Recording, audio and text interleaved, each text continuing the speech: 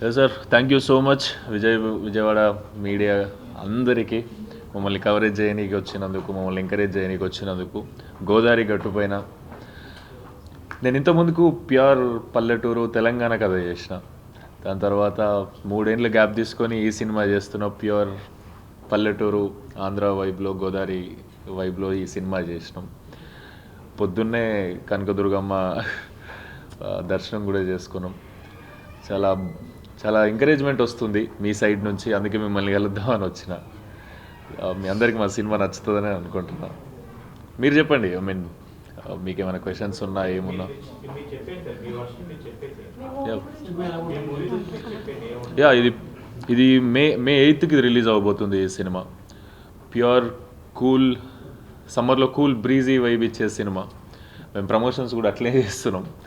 ఇది ఒక proper family ఎమోషన్స్తో. And Jagapathi బాబు సార్ని మనము చాలా రోజుల నుంచి, చాలా సంవత్సరాల నుంచి తెలియకుండానే చాలా అగ్రెసివ్ రోల్స్లో చూస్తున్నాం కదా, విలన్ లాగా. చాలా ఇంటిమిడేట్గా ఉంటాడు. సో ఈ సినిమాలో చాలా క్యూట్గా అనిపిస్తారు మీకు సార్. అంటే మనం ముందు అప్పట్లో ఫ్యామిలీ సర్కస్ చూసినాం, లేదా శుభలగ్నం చూసినప్పుడు మన ఇంట్లో మనిషిలాగా ఒక ఫీల్ వస్తుండే కదా సార్ని చూస్తే.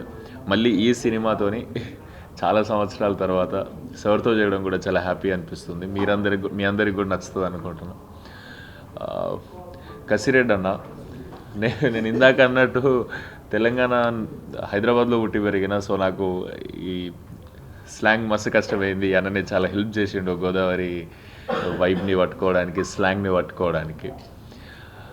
మీ అందరికి నచ్చుతుంది అనుకుంటున్నాం. మే 8కి సమ్మర్లో ఫ్యామిలీతో మీ ఇంట్లో వాళ్ళందరినీ పట్టుకొని వెళ్ళి ఎంజాయ్ చేసి హ్యాపీగా రావాలి అని కోరుకుంటున్నా. Thank you so much.